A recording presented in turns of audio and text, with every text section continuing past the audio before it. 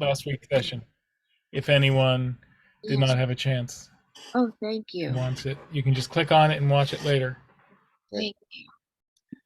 But again, thank you everybody for joining. Thanks for joining over the last 3 Thursdays, and for those of you who were part of the fall, I think it's been really interesting. I hope enlightening, hope interesting for you. Thanks, Josh, for being a part of it and leading so ably. And Duane is not here tonight, but he is with us in spirit, so we will jump on in. Tonight we're looking at the Son of Man, and I'm hoping I can show a little video that I think will go into a little more detail, particularly from a Christian perspective. But I think as we've been going along, we're seeing that obviously there are different ways of viewing things, and a lot of times it depends on the context. And I thought the ending of this section was great in terms of moving from polemic to possibility, and that the idea that religion or any other discipline has to be a zero-sum game is not where we're at, that we can walk and chew gum, and two things can be right at the same time, and that's clearly where the authors are hoping that we'll go. And I think that conversations like this help enrich, hopefully, our own personal pieties as well as our understanding across traditions. So again, thank you. With regard to the Son of Man, I'll try to do kind of a quick overview. Certainly let Josh jump in and offer up insights, and then we'll certainly open it up for questions and comments, and we'll see where we go. Mark, if I could just interrupt, because then you get all the time you want. That's right. This session is the one that I definitely did not want to take the lead on, because there, as you could see in the reading, if you did the reading, there is very little in terms of the Jewish sources that can really add to how significant this is for the Christian sources. So I'll be able to add a tidbit or two, and I definitely want to cover the end. I think that last mini chapter to sum things up, I think would be really important. So I'm going to focus a little more on that, and say a few things about Ben Adam, which in Hebrew is Son of Man. But anyway, so it's my way of saying take all the time you want, and then we'll figure it out. Well, I don't want to take a whole lot of time. What is the there was the one statement that was made near the end about how it hasn't been in Christianity. It clearly was important in the beginning of the Christian tradition, but it lost, whatever the importance of it was to the first century Christian community, that importance didn't necessarily translate to the generations that followed. And to be honest, Son of Man is a term that we read about in the gospel, but it isn't something that I'm, in terms of like what is on the tip of your tongue and talking about Jesus, Son of Man is not the thing that comes to mind right away. As the text talks about it, that term occurs 85 times in the New Testament, and 81 of the times it's by Jesus. So clearly, again, in the development of the story of Jesus, it plays a prominent role. Part of the question that's asked, and this is always a question that comes up when you're dealing with the Gospels, is this Jesus speaking, or is this the Gospel writer? And for instance, the Gospel of Matthew is written to a largely Jewish community, and so a lot of the references in that Gospel are back to Hebrew scripture. And, you know, the author of all of the Gospels, they're all making arguments about who this person is, what he means to the people who are gathered. And there's an argument that is being made, or at least there's persuasiveness that the author seeks to make a point about the importance of Jesus and what it means for the followers. There's a great story about what is it, the mid 70s, late 70s, early 80s. There was a group of scholars, biblical scholars, New Testament scholars, who looked at the Gospels, and they were known as the Jesus Seminar. And they came out with a publication that basically they met for years, and they did, you know, the scholars did studies on the various elements of the Gospels, and they cast votes with colored beads. And I forget what the colors all meant, but it's, you know, for instance, like green is Jesus said this, and you know, other beads meant he probably said this, or he absolutely said this, all the way down to Jesus certainly didn't say this. And when you get to their gospel, the only thing that they say with certainty that Jesus said was, "I thirst." So you know, again, there's a lot of interpretation going on. What I found helpful about the idea of the Son of Man is that for Christians, obviously, it's a reference to the Messiah. And as the writers develop in their chapter, you know, there is a movement from, again, Son of Man as a human being, Son of Man, or as, you know, Josh just said, Ben Adam, it's the son of a human. It's talking about a human person. And then with time and in the tradition, it develops into this kind of supernatural reality or messianic figure. And so we get, they talk about it as an idiom, you know, so again, there's an apocalyptic figure, somebody who stands kind of at the end of time, who is seen as an important figure in terms of, you know, God doing whatever it is that God will do to bring all things into completeness or wholeness or fullness.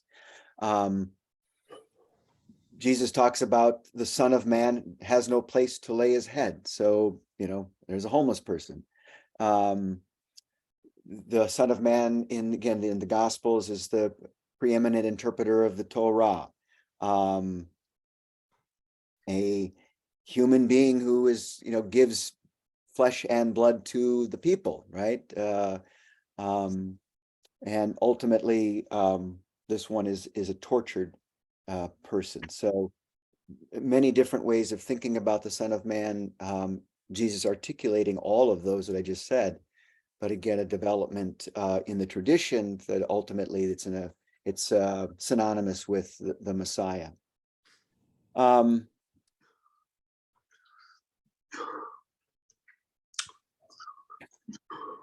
The Son of Man, and then they just go through, you know, talking about those various expressions, you know, in terms of where it shows up that, you know, the Son of Man is an apocalyptic figure. He's a homeless person.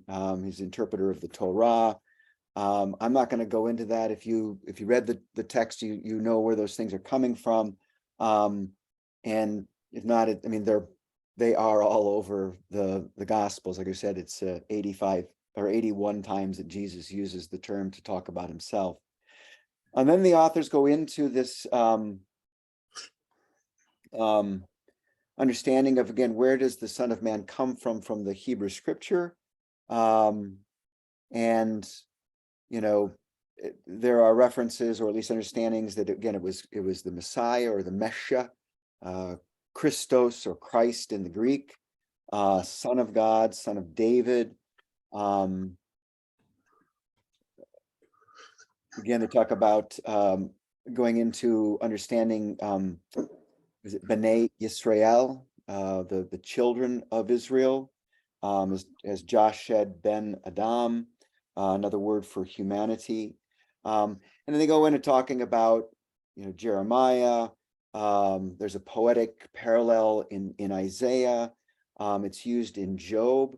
I thought one of the great phrases that they used was the hegemonic male, which what is another fancy word for manly man. And that was a term that they used. Is it gaver in the Hebrew from the book of Job? It's interesting, one of the things that they do raise is this whole issue of, because they use man, kind of excludes women. And they at the end of the chapter, they also deal with that reality. What do you do in terms of gender inclusivity and ways of thinking about, son of man interpretation could be human being. But again, some of the resonance that was intended in the initial writing is lost. One of the things I find interesting is I think, scholars don't, and I don't think people deny that there was a person, Jesus. The question is whether or not this person is the Christ or the Messiah. And that's where, the differences take place. And there's a understanding about, in the Christian tradition, of what we call the cosmic Christ. And it's this reality that that entity transcends everything that human distinctions that we make. So that there's this interesting kind of paradox or tension that exists, that Jesus obviously is human. And that's an important understanding within the Christian tradition, that, we go to great lengths to talk about how, Jesus holds in tension the divine and the human together in one. And there's a particularity, obviously, with Jesus being male, but then talking about him as a Christ figure, we think, again, I think people then tend to think of, well, the Christ is male, but the Christ reality is actually, again, seeks to transcend all of that. In the same way, I think that we think about God. I ask 5th graders, 7th graders in confirmation, what do you think about when you think of God? And invariably, somebody will say, a man with a white beard, up there. And I think that that's a natural development. That means it's appropriately developmental for particularly youth of that age to think in those terms. But if we as adults are still thinking about that, we've got some growing to do, right?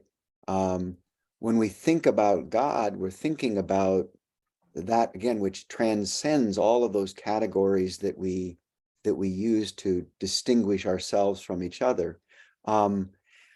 And that's not to say that there's just this, again, a cosmic ether that we're worshiping, but we use the stories and the narratives of life so that we can have some hooks and hopefully connect with what is being said.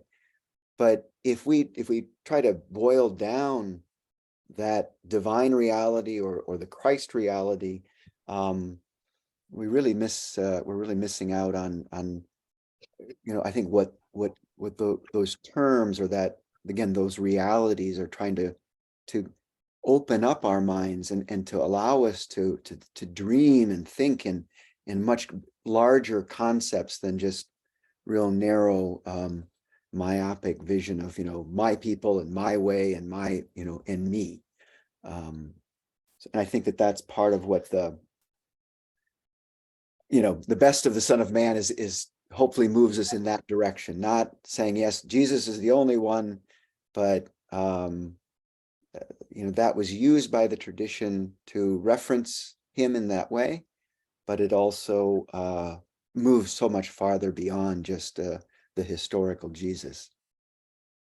The authors talk about the book of Joel. It's interesting that the Son of Man is used 93 times in Ezekiel, the Ben Adam that Josh talked about. There's references to it in the Dead Sea Scrolls, and talks about Hebrews, the book of Hebrews, picking it up. And the Psalm 8 phrasing was, who are mortals that you are mindful of them? You've made us little lower than angels. And that's out of Psalm 8. The writer of Hebrews picks that up as well. And then they move into the whole issue of kind of this transition of, in all of those examples, the Son of Man is very human, literally the son of a human, to this kind of superhuman. And where does that take place? Talks about the book of Daniel, and that the redemption of God is at hand. And the book of Daniel is this book like the book of Revelation in the New Testament, where Antiochus Epiphanes is the Seleucid king who is desecrating the temple and abusing the people. And Daniel is it's written in that time period of what is it, 160, Josh, or something before the Common Era?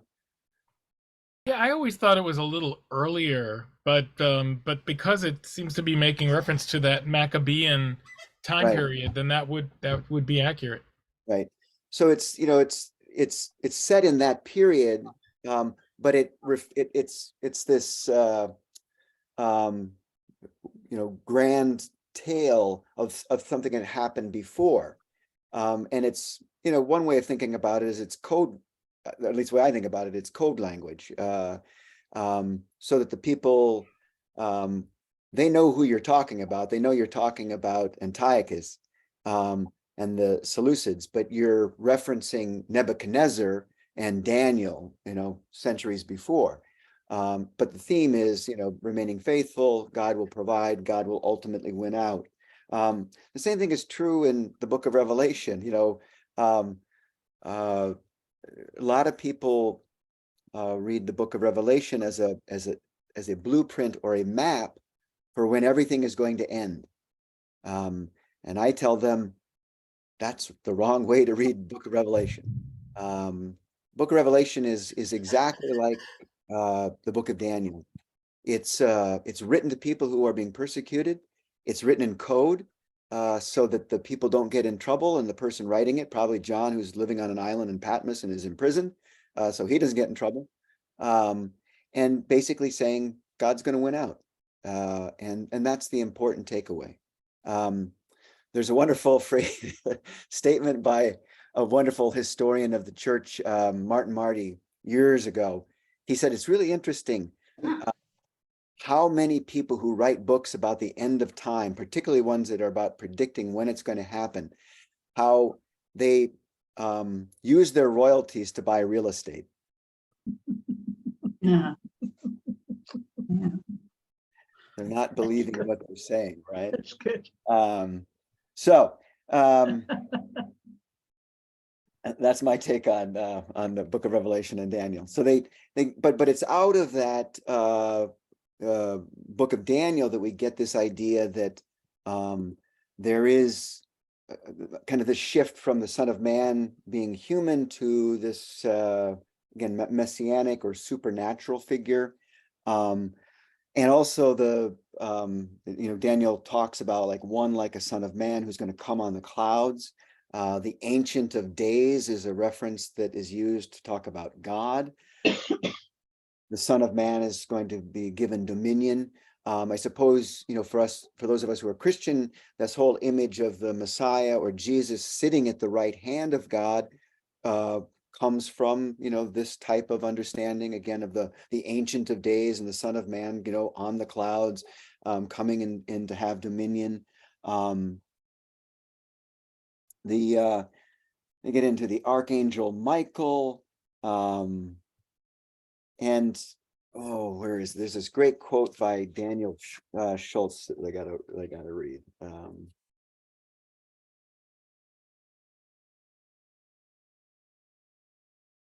Sorry about that.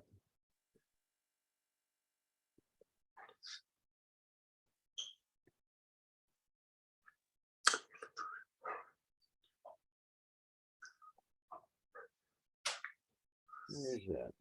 Oh.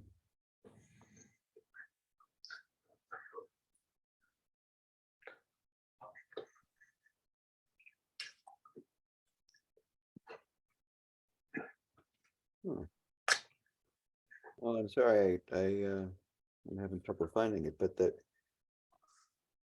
it was. Do you want me to talk for a couple of minutes while you're looking? Yeah. Okay. I mean, I just want to sort of dovetail on what you're saying. It's and as you've probably noticed, I have a special love for the evolution of language, and this class has been a perfect way for me to indulge that love, and especially in terms of how Hebrew is understood through different historical periods and evolves into new meanings, as sometimes with a Greek translation, sometimes without. But even within the Bible itself, within the Old Testament itself, you see this happening, and that's clearly happening here, because as Mark said, for the entirety of the Old Testament, basically, Ben Adam, Son of Man, is about human beings. There's not a question as to, in terms of the historical context, but even in more midrashic interpretations, it's never really interpreted as anything supernatural. Then you get to the book of Daniel, and you begin to see this transition occurring, and this is one of the last books in terms of chronology of the Old Testament. So, in fact, it might be the last. And the book of Maccabees never made it into the Hebrew Bible, even though the Maccabees are much better known in some ways because they were militaristic. Daniel takes that same time frame and is less militaristic, so that's why it made it in. But we never study it. From a Jewish perspective, it's never read on a holiday like the Book of Esther, like Song of Songs, like so many of those books of the writings, the third part of the Bible. And one of the reasons is because of this. I think it's problematic. It became problematic for the rabbis for Son of Man to start to become much more what it became in the New Testament. This was sort of a transitional book. So anyway, I'll stop here. And did you find the quote? I found it. Thank you, Josh. Good. Yeah. So again, it's just, again, as things develop, and we're looking at Daniel, and the one like a Son of Man talks about this angelic figure. Some people talk about the Archangel Michael, but there's also this idea that when we talk about what the Messiah means, so that eventually the Son of Man is seen, at least in some places, as synonymous with Messiah. The question is, well, what does the Messiah mean, or the Christ? What is that in reality to do? And Josh is very skilled at this because he gave a presentation to a bunch of Christian clergy years ago during Advent on the meaning of Messiah. And I mean, it was wonderful. It was like, I don't remember how many different interpretations there are of Messiah, but there are a lot, right, within the Jewish corpus. And it was such a wonderful presentation because Christianity is like, well, Jesus is the Messiah, and you're like, well, but what does that mean? And they're like, well, he's the Messiah. It means he gets us, Mark. That's what it means. I think that's a sensitive nerve, isn't it, John? That's all right. It's okay. But then they'll say, well, but so he's the son of God, or son of man. But what does that mean? And we'll say, well, he saves us. Well, but how? And again, if you understand, all of those statements are from a Christian perspective, trying to dig into what this Christ reality or Messiah means. But from a Jewish perspective, understand there's just this breadth of history of all sorts of, an individual, the whole people of Israel, somebody who's connected to the Davidic kingship, or bringing peace on the earth. And I had a wonderful experience when I was in seminary. We went to a Shabbat service where they had a special speaker, and I ran into a University of Minnesota professor who was at this table, and he said, I got a question for you. You Christians say that the Messiah has come, or we believe that when the Messiah comes, there will be peace and justice on the earth. You believe that the Messiah has come. Why is there no peace? It's a great question. And I kind of borrowed from what the writers in the text for this week said, and that is that we're both waiting for the Messiah, right? We're both waiting for that reality. From a Christian perspective, we think, well, it's going to come again, and from a Jewish perspective, it's waiting for that Messiah to appear. And one of the, that's the long way into this thing about the Davidic kingship. And when the Gospels, the writers try to connect Jesus back to David. Sometimes I think Matthew goes all the way back to Adam. But this quote by Schwartz is really great. He says, what made Christianity succeed was its ability to transform the belief that a son of David would restore the kingdom of Israel into the belief that a son of man had inaugurated the kingdom of God. Just sit with that for a second. Christianity, again, in this, largely Jewish mix, and certainly worldview context, thinking about Messiah in a very specific way, tying it to David, that what the Messiah is supposed to do is restore Israel. Christianity ultimately takes that and it reworks it into the Son of Man has inaugurated the kingdom of God. So there's certainly a shift, and it's this idea that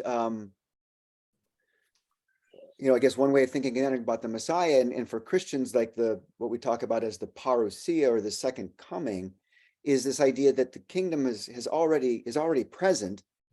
It's just not fully realized. And Christians have killed each other and killed other people, arguing about what that means, and I think the reality is that perhaps in a 21st century world, and the world in which we live, the more helpful way, and about this whole issue of it's a non-zero sum game, we're both right. It really is about not that you have to believe what we believe, but it's particularly, I think, for Christians, it's the awareness that the divine and the realm of God, what they call the kingdom, again, language is problematic. It's already present, right? It's already here. It's that we fail to recognize it. We fail to live into it. We fail to honor it. It's right in front of our face, and we don't always see it. And the question can be like, what does the world look like if we really believe that was true, and that, like Thich Nhat Hanh, every step is sacred, right? You're walking on holy ground.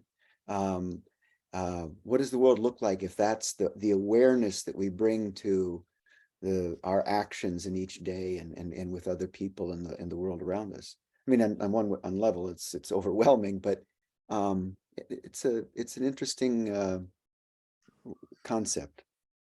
I just want to jump in because I love that quote, and it brings it closer to what I think the Old Testament primary view, that it's very, anthrocentric. It's very man-centered.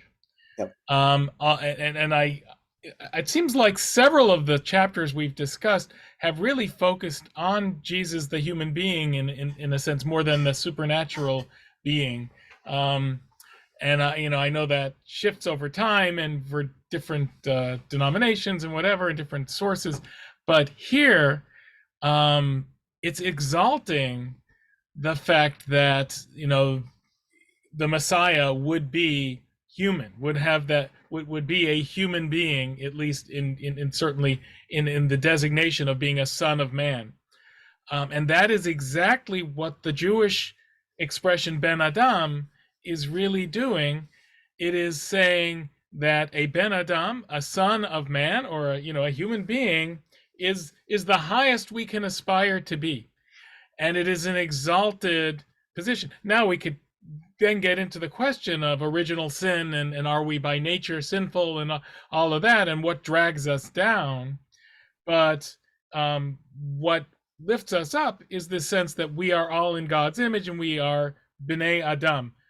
Now, the way that term appears, by the way, it's my bar mitzvah haftorah begins with the words Ata Ben Adam. That's why I couldn't wait to jump into this chapter, because I've been saying it my whole life. It's from Ezekiel, and Ezekiel, as you mentioned, uses the term more than probably any other book in the Old Testament, and it just means you. Hey, you, man. It's just talking about. It has no, greater expression than that. It's just a sense of, it's a figure of speech. But later, and maybe it's as a result of the New Testament, I don't know, sometimes you see this interplay between the traditions, but as Judaism develops and evolves over time, Ben Adam is a great compliment. If you say to someone, you are a true Ben Adam, you're a mensch. That's really the Hebrew translation for mensch. There might be other words that could be used. And the irony here is that in German, the word mensch simply means a man. And in fact, it was used to express the more masculine qualities of a man, the Ubermensch, the whole sense. If you when I was in Germany and I looked up at the billboards and it said mensch, it was not talking about someone who gives a lot of charity, or someone who helps, elderly people to cross the street, which is what we would consider a mensch. I mean, I wrote a whole book about it. The idea of someone who is of highest ethical quality, who is truly empathic, who feels like a human being, who helps others like the best of what humanity can offer. So Ben Adam means that in later Jewish tradition, although even in the Old Testament, it's hard to say that that's what it's talking about. But clearly, it is not talking about a supernatural being, but the best of what it means to be human. And then you have sort of this is a play on words, but a mitzvah, the mitzvot, the commandments, are divided into two different categories. One is Ben Adam lemakom, between human beings and God. Ben Adam lechavero, between human beings and their neighbor. So the things that we do to help our neighbor are not necessarily things that we would do, between us and God, like prayer or keeping kosher, or although there are interpersonal aspects of that, it's really, observing holidays, giving charity, even although it might help our neighbor. Only God knows what we're giving, so it's between us and God. It's a fascinating category, the idea, concept, because there Ben Adam has nothing to do with a son of man. In fact, there's an extra yud in the word ben, which means between people, between people. But it sounds the same in Hebrew, and I have a feeling that it fed into this notion of being a good person, which is all this is all about, and I would suggest all religion is all about. And and maybe even there's a supernatural side to that too. Mhm. Thanks, Josh. That's great. I put a link into a YouTube. It's a video of it's a group called the Bible Project. They make little cartoons and talk about various things. They have a thing on the Son of Man. So if you want to, I think we're having a nice discussion here, and I'm not going to take us off and try to show that and then come back. But it does get at a particular view of Christianity, and again, it's that the supernatural piece and how it derives out of Daniel, and then how again Christians see that in the person of Jesus. It's interesting again when you talk about two things. One is we talk about the two natures of Christ, and then also the Trinity in Christianity. And I found it interesting, first of all, the tension that exists in kind of trying to hold those things together. So Christians say Jesus is human and God, and I think to Josh's point, the human piece is really important. And at some place, in the early tradition, people had an experience that Jesus also was, had divine qualities. It's interesting to look at the Gospels, because when you look at Mark's Gospel, which is the earliest one, you get a much more human Jesus in those stories. You get some of the healings and all of that, but there really is that's where you get the cry of dereliction on the cross. My God, why have you forsaken me? And then John's Gospel, comparing that to John's Gospel, which is the last Gospel decades later, and you can see the evolution in the early Christian communities in terms of how they thought about Jesus. John's Gospel is much more Jesus is divine. I don't like John's Gospel because it's like every page, it's like Jesus said this to fulfill what was said, in the prophets, and blah blah blah blah blah. There's a sense almost that Jesus really isn't even human. He knows everything that's going to happen because he's God. But there is that, again, this tension, and I think the Son of Man is we're discussing it. It's kind of for Christians, it's a great thing to consider about, well, who is this person, this reality, and how is human and divine, and why do we confess that? There's I think there's some brilliance in the conception of that. And also, again, the difficulties that arise with placing too much emphasis on one side or the other, which Christians have done throughout the centuries. And the other is the Trinity, which the reason I bring it up is there's a wonderful little quote that the authors pick up on. Mostly the Gospels use the Son of Man because Jesus is the one who's saying it, but then they report where it shows up, in the book of Hebrews, Revelation, and then in the book of Acts. And it's used on the day of Pentecost. And it's just an interesting, again, that's the giving of the Spirit to the community, but there's this reference in that moment. And I've always said to folks that within Christianity, it's like you can't ever ask a parent who's your favorite child, right? But if you're forced to within a Christian tradition, it's like, how do you understand God? Like, what's your favorite person of the Trinity? Well, everybody's got they'll give you their opinion. Some people, charismatics, they call them holy rollers, they're into the Spirit. They love that aspect of the tradition. There are others who are really Jesus people, right? Christ people. It's like Jesus is the most important thing. When they pray to Jesus. It's Jesus, Jesus, Jesus, Jesus. And then there are Christians who are, they hold on to the Trinity, but if you were to push them, they would say, I really am kind of a creator kind of person. That's where, my piety kind of ends up. And I understand it through the lens of this Christian narrative, but I really am, it's the God reality that and the Trinity is supposed to be God, but how that breaks out within the tradition. So just to close up, and then we can get into comments and questions. The others talk about this again move from polemical to possibility. They talk about the history where certainly Christians, I think particularly when Constantine converted, it was in terms of art and music and all of that has come out of it, it's really beautiful.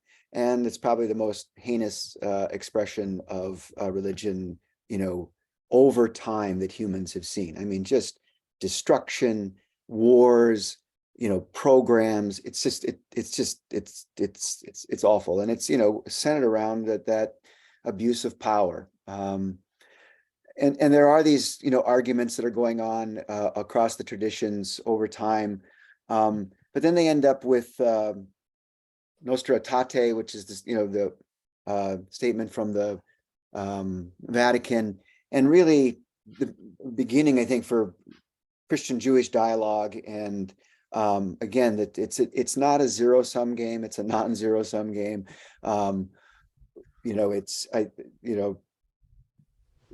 There isn't a like an old covenant and there's the new and improved covenant.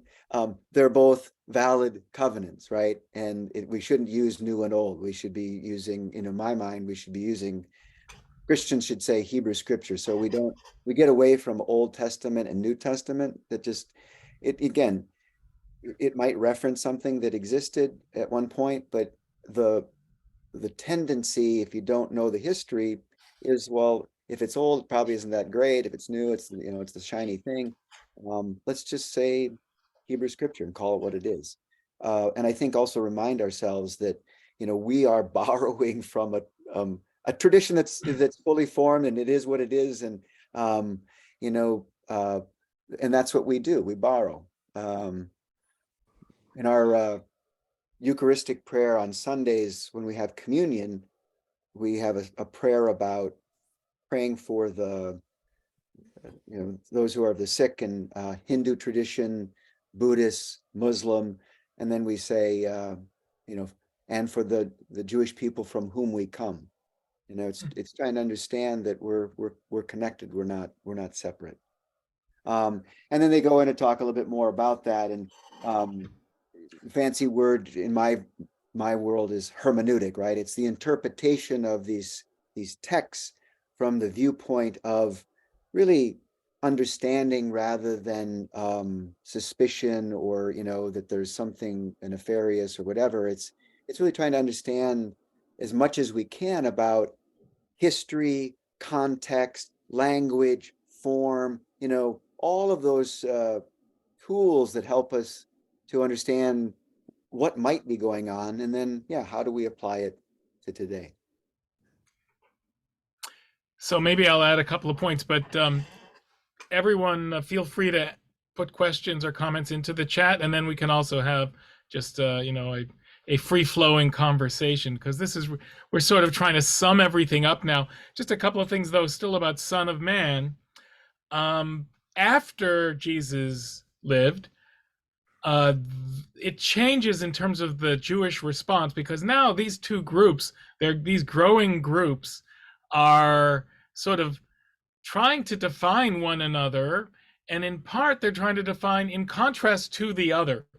And they live in a very small piece of territory in Palestine, with the Romans threatening both sides, especially in the 2nd century, when the Romans became increasingly violent. So you have, on the one hand, in the rabbinic group that's growing, the rabbinic group has taken power in the Jewish community after the temple was destroyed. You have a great rabbi, Rabbi Akiva, probably the best known of the Mishnaic and then later Talmudic rabbis, who very much believed in this idea of a son of man becoming the Messiah, someone human. In fact, he found someone named Bar Kokhba. He named him Bar Kokhba. His real name was Bar Koziba. Bar Kokhba means son of a star. So it's not quite son of man. He's giving him a much more supernatural name. And he suggested that he of human extraction could become and was indeed the Messiah. But then it was a total calamity.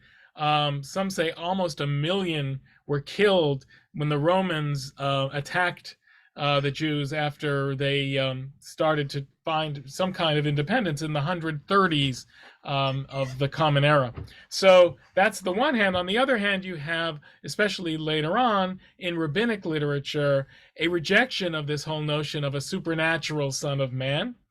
Rabbi Abahu is quoted in the Jerusalem Talmud. This is in our text. If a man says to you, I am a god, he is a liar. If he says, I am the son of man, he will regret it. I will go up to heaven, he says, but he will not do it. So he's pretty blunt about it, about that contrast. And that became the source of great tension between the groups for many centuries, really. And then they found other ways, the rabbis did, to interpret the term Ben Adam, son of man, as literally meaning Ben Adam, the son of Adam. That that is as in Adam and Eve, in talking about various human beings, individuals, when they use that expression. So all right, so that's we could see we've had a lot of tension over that. It's interesting to wonder why it fell out of favor in Christian sources after those few centuries, I guess. That would be one interesting, but I also really want to get back to the notion of a new covenant, this idea of a covenant that came from Jeremiah. The authors talk about it being the original Jeremiad because it's from Jeremiah, and where God proclaims, I will make a new covenant with the house of Israel and the house of Judah. And just as with so many of the things we've seen, whether it's the Son of Man, whether it's with victimhood, different things where Christianity comes to see it as Jesus focused, this new covenant, this New Testament, in a sense. For Jews, it becomes collective. We've seen it with with the Jewish people becoming the focus rather than one individual as martyrs.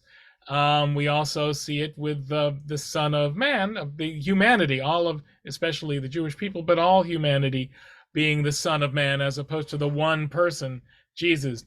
And here, this new covenant is really being made with the Jewish people, much more in Jeremiah's concept, as opposed to what we see it being, sort of Jesus-centric in Christianity. So I think that's another thing we could definitely pick up on if we want. And as Mark said, it is not a zero-sum game, and I think I've learned that more than I knew when this class began. And here's the quote from the book that would be a perfect way to start to sum things up.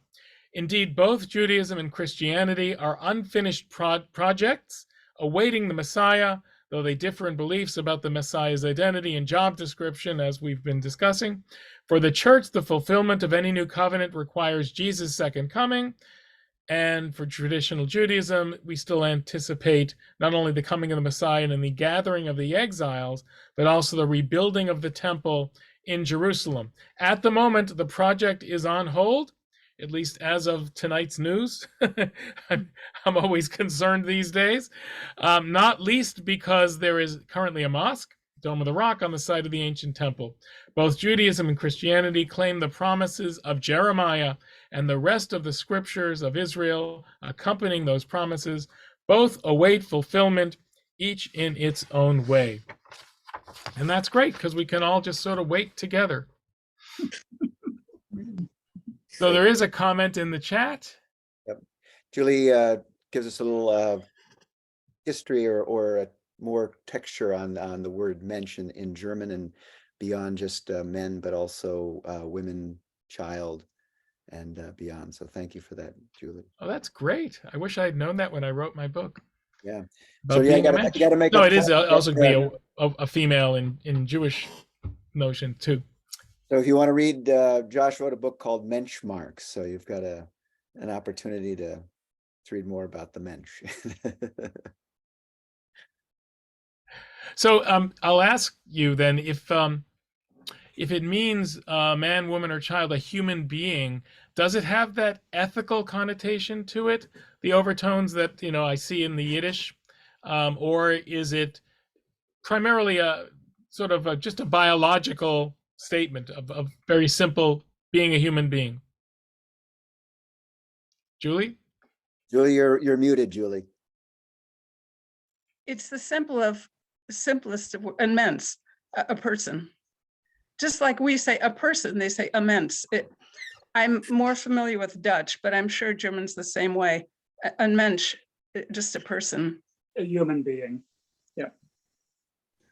So how did it evolve, in later German usage, and some of the Übermensch stuff? And It's been imported into English that way, I believe.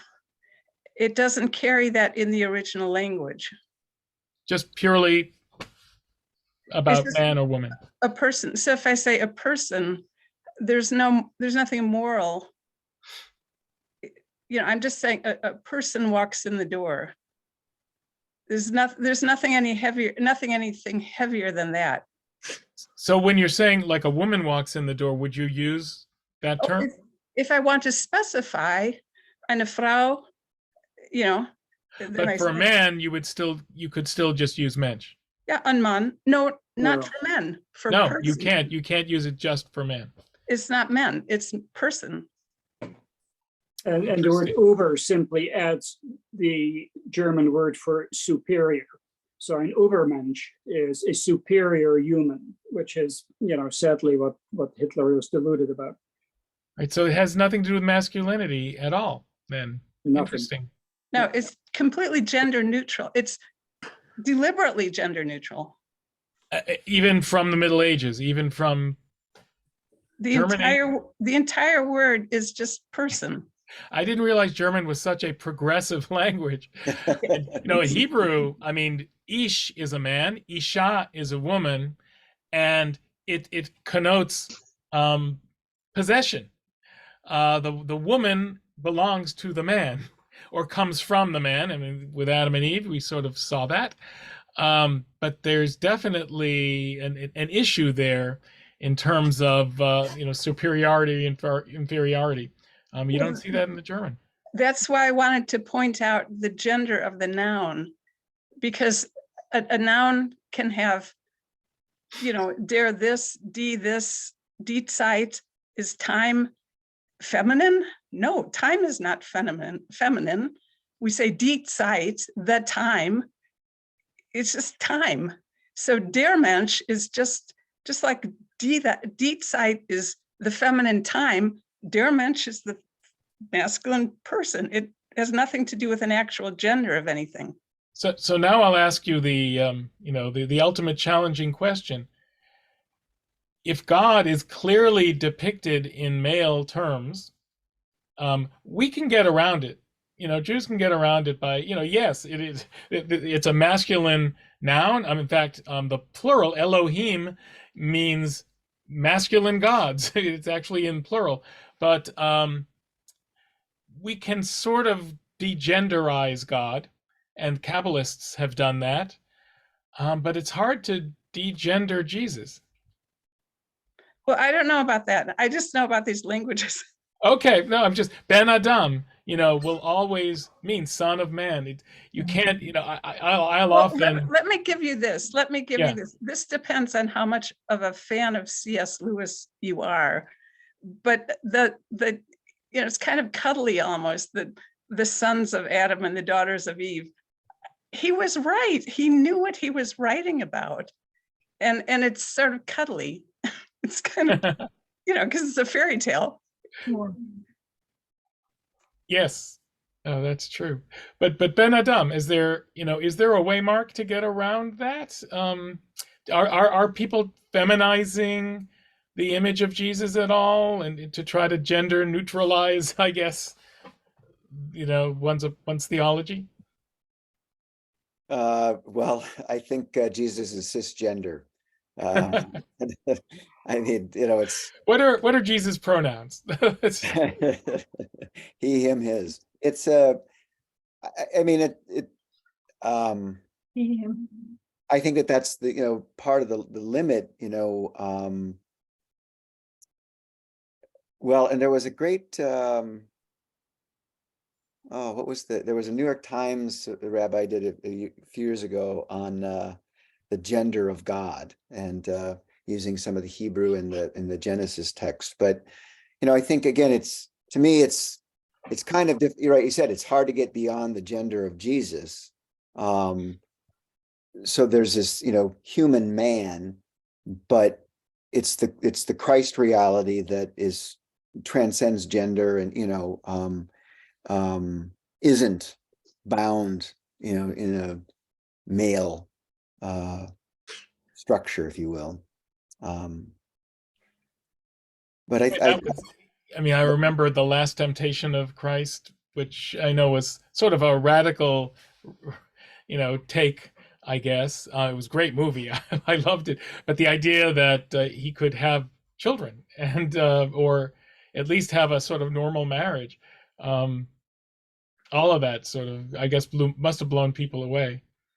Well, it's interesting because from my perspective, it's like, some people got upset, but like, what's the big deal? If, again, the part of the confession is the humanity of that God, basically what is being said, if, in Jesus being fully human, is that the fully God that is also a part of that equation knows the fullness of human experience, right? And so, I think what's problematic for some people is sex. That to have a child, you would have had to have sex, and then that would have, there's a corruption there, which is a totally awful view of sex, right? I mean, it's like, it's bad, save it for somebody you love, kind of a thing. Mm-hmm. Anthony, did you want to elaborate a little bit on your comment? So I read the chapter. This has been very helpful. Thank you. And so I'm a Christian. I read the chapter. Was kind of nonplussed by it. There was no like wows in it for me. I'm not being negative. There were some other parts of the book that were more decisive. And, as I read that and as I listened to this, kind of one of my takeaways is, so Jesus is not using Son of Man language as I'm God. The Ben Adam thing, he could have just have been saying I rather than Son of Man. So there's less specialness in my mind associated with that term now than prior to reading the chapter and hearing what each of you has had to say. So thank you. No, that's a nice way to frame it, and Anthony. There's a neutrality in the I, right? You wonder how conscious they were of that transition from the Hebrew Bible through the book of Daniel, they didn't really get into what the Septuagint did with this language as much as they have with other chapters, what the Greek would have done. But even to put in Jesus' mouth, whether or not it actually was said, whatever, but this awareness of going from being a word which really clearly meant human being in a good way, but still human being, and using it in a different way, that sensitivity to language. At least some of the Gospels seem to have that, and that you wonder how much they studied Daniel, for instance. Well, and I think some of the communities would be, again, they're like Matthew's community, I think was largely Jewish. And so there probably was a fair amount of understanding of the story. Then you get into Paul's stuff and, in the communities that he started. And now it's this, Gentiles and some Jews and, what are the, they're trying to figure it out as they go. Like, what does it mean to be a member of the community? Are there any things that you have to do before you become a member? It's interesting. So go ahead. I'm sorry. No, go ahead, Josh. No, I just think yes, I agree that maybe this wasn't the most exciting chapter of the whole book. I think part of the reason we wanted to do it was that it was the last one, and then we could go right into that final section. And I do recommend, it's linked to the flyer if you still have it, that you go back and read it if you haven't had a chance to yet, because it summarizes several of the other chapters, and it sort of tries to bring it all together. And again, it's that lack of a zero-sum equation here, but also that there's a Jewish concept that every word of the Torah has 70 meanings. In fact, every letter. And so every year we read the Torah again and again on this annual cycle, and you have an annual cycle of liturgy as well, that it has different meaning. So imagine over the course of generations how these meanings change, and for different faith communities. And we're all sort of part of the same think tank. It's just a think tank that spans millennia and encompasses really billions of people throughout the world, coming up with new meanings. So here, I'll have this as my last comment. I'll let the authors speak. In looking at the diverse readings of the same text, we have come more deeply to appreciate broadly what the Bible means both with and without Jesus, in terms of what the Bible means and what it meant. We have shown how a single verse takes on different meanings depending on our location, and thus the presuppositions we bring to it and the questions we ask of it. The Old Testament, the Tanakh, the Hebrew Bible, whatever we call it, is too complex to hold only one meaning and too theologically relevant to both Jews and Christians to be the property of only one community. It's, they had the expression in the meltdown of 2008, too big to fail. The Bible is too big to hoard. None of us should want to control how it's interpreted. I think the beauty of it, what makes it holy, is that there's room enough for each of us, in this landscape to share in the different and beautiful meanings and to share them with one another. Thanks, Josh. I will end with this, which is a hope that we will continue to do this in another format. I think the Bible with and without Jesus was a great way to engage, and it's been wonderful to see all the people on. But this is also from their text, what we read for this week. It references Justin's dialogue with Trypho. Everybody's on the tip of everybody's tongue. But what he says is so great for all of us. He says, "For we have found more than we expected, or than it was even possible for us to expect.